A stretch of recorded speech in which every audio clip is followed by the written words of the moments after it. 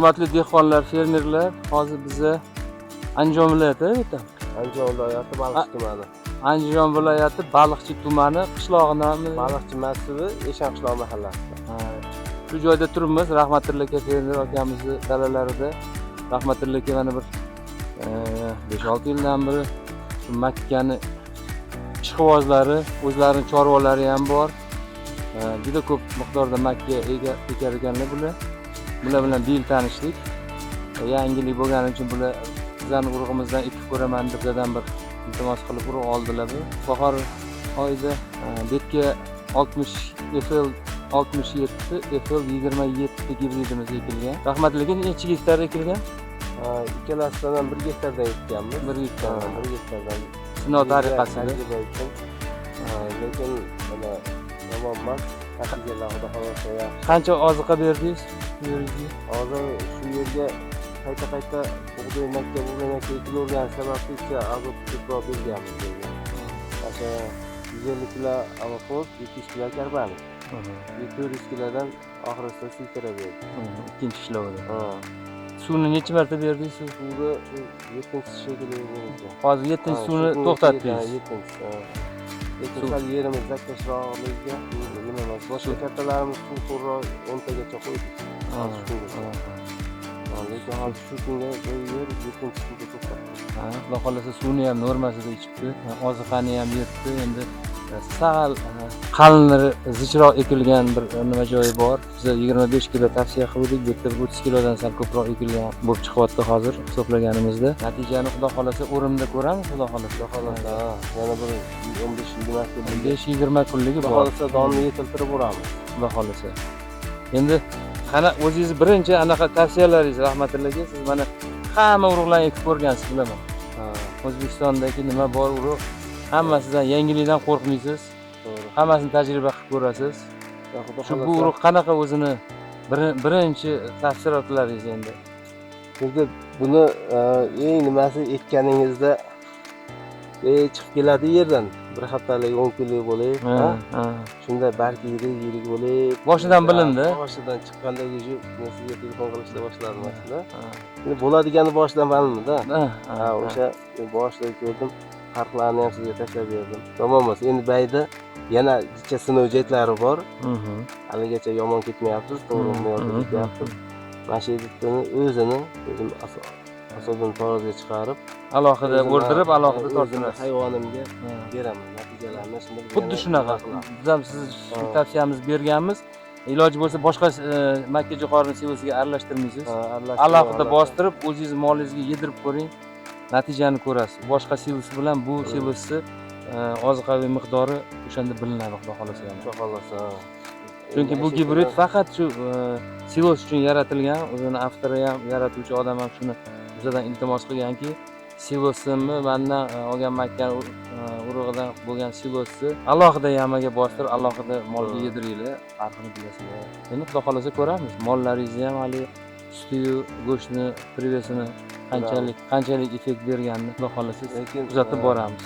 67 navimiz juda serbar yilroq ekan. 27 dan ko'ra 67 sizga ma'qulroq bo'lyapti. Ma'qulroq kelyapti. Bu ham yomon emas. Mana hozir yonidan sinchiklab nima qilsangizki ajratilasiz. Bo'lmasa ajratilmaysiz. Masalan, dabdurustdan kelgan odam ajratilmaydi. Chunki buni sinchiklab nima qilib yurilsa, darigini balki yerilyapti. Buniki sal ingichkaroq, lekin bu donga kuchliroq deyapsiz. Bu 5 kun kechroq, 5 kun 7 kun kechroq 67 ga qaraganda. O'shaning uchun hozir sizga ozgina farq berib turibdi. Bu baylar yana kengayadi buni. Bo'yi ham sal o'sadi, yana 15 sm bo'g'in orasi uzayadi, 15-20 sm yana ko'taradi bu bo'yi. So'tani oxirida ko'rasiz, so'tasi bir xil keladi. O'sha biza kelganda ham men iltimos qildim, suvdan qoldirmay rahmatulloh. O'sha paytda ham sal chanqab turganda aytuvimni bildim. Nimadan boshqa sal teparoqda olar ekan. Bu donni teparoqda oladi, teparoqda oladi. Yozda havosi, yozda yerda zak qochish ko'p bo'ladi-da. Kuzda namgarchilik yerda zakka boradi. Ashuni hisobiga kuzga silosga bundan ham kerak. Zo'r aytsa kerak. Kuzgilikka urug' sizga nasib etmadi. ekib ko'rganingizda yaxshi bo'ladi. Yetkazolmadingda, xudo xolasa endi sizga shu. Mashinadan o'zi tajriba qilib olaverasiz. Mana shu xudo xolasa sizga ko'rsatadi. Endi mani anaqa qalinlik bor bu yerda. Zichroq ekib qo'ygansiz. Mana ichkariga ko'rsa bu 67 si. 27 si nari endi yonga ekdim alohida qilib. Mana beklar ham zichdi mana. Zich. Oraliklar. Keyin siz cheres qo'yasiz suvni. Ha. Unga dori solasizmi, solmaysizmi? Yo'q, dori nima? Faqat suv yuradigan so'zamiz. Endi nariginga suv oqizishimiz kerak o'zi asli. Suv oqizganni biz nima qilamiz? Qo'lga kattaligini hisobiga. Necha metr uzunligi? Hozir mana shu bitta o'qar hozir 560 metr. O'rtadan hech qachon bo'lmagan siz bitta oqizasiz. Mana bitta oqizgan. Bitta xatolardan bittasi shu. Bo'lish kerak. Uzun bo'ldimi? 80-90 metrgacha agar nima qilmasak, yerni ayamang. Sizga qissalab qo'shib beradi o'sha. Shaxmatga o'xshab bo'lib tashlang. Mayli o'qarig'i balkim bittadan qaydarsiz, lekin o'sha palasaga 1 metr, даже 1,5 metr mana shunaqasiga bo'lib ekmang o'sha yerga. Endi selkada ekasiz. Keyin tozalatib tashlasangiz ham siz dalangizni ahvolidan o'zingiz bilib olasiz. Bir xil bo'ladi dalangiz. Ichkarisi, tashqarisi shamol yurishi kerak. Mana chet elli allaqalarda ko'rgan bo'lsangiz, hammasi tepadan ko'rsatganda bo'lib shaxmatni qilib tashlaydi. O'sha bekorga emas. Bizda o'sha narsa yo'q. Ayniqsa shu vodiy juda kartalar uzun bo'ladi. 500, 700, 800 metrlik kartalarni ko'rdikki, bo'lmagan. Bitta joyda selkani xatosi bilanmi qolib ketgan joyi bor ekan, shunda ko'rdingizmi to'g'rimi? O'zi ham hayron. Boshqacha bu nimaga? Mana o'sha shamada aylanish yaxshi bo'ladi. Biz tajribada qilib ko'rganmiz, endi yerimizni rosa shu nolga keltirib oldik, teklonni keltirib. Shu yilga nima qildik? Bitta sug'orish qildik. Masalan, hozir birinchi suvlarda bo'lib ikki yerda o'qarimiz bor, to'g'ri gap aytish kerak. Ikki yerda qo'yganmiz. Hozir endi buni yana ko'payib ketgani hisobiga bitta qo'yamiz. O'shani suv qo'yishda ham bo'lib qo'ysangiz juda yaxshi. Iloji bo'lsa, rahmatullohga mana qilib bo'g'zigacha suvni berish kerak. Mana ayniqsa mana kun issiq kunlarda bo'g'zigacha ichida suv turishi ham kerak emas. Mana bu ispareniya bu yerda hozir ko'payadi issiq hisobiga. Mana bundan suv qochish, pastdan parlanib chiqaveradi, parlanib chiqaveradi. Pastki baylari qurishi ham o'shandan. Ammo biz ikki sutda yo'q, mana hozir ko'ryapmizki, zax mana tepasigacha bo'g'zi. Mana mamgacha keldimi? Ildiz hozir mana o'rtada mamga yuribdi o'sha ildiz. Mana mamda bor ildiz. Zaxni mamgacha chiqarish shart emas. Mana mana bo'g'zigacha. Mamgacha keldimi? Bo'ldi, suvni to'xtating. Mana shu ham bitta mana bagini qurish sababi shu. Dimlab qurib, zankani tez rivojlanishiga ham mana shu sabab. Bir xilda zankani tushirib yuboramiz biroz. Birdaniga bir haftada baylar, vantlar teshi qizarib, bir narsalar bo'lib, o'shandan tez zankana tushadi. O'sha dimlab qo'ygan hisobiga ko'p zaxlatib yuborgan hisobiga. Kerak emas unaqa mamtgacha kelish. Yarim beliga kelsin, bo'ldi. Agar bitta suv ko'p qo'yasiz, nimada? Eng oq hisoblaganda 5 ta suv emas, 6 ta suv ichasiz. Ichadi makkangiz. Lekin hosildorlikka juda katta ahamiyati bor.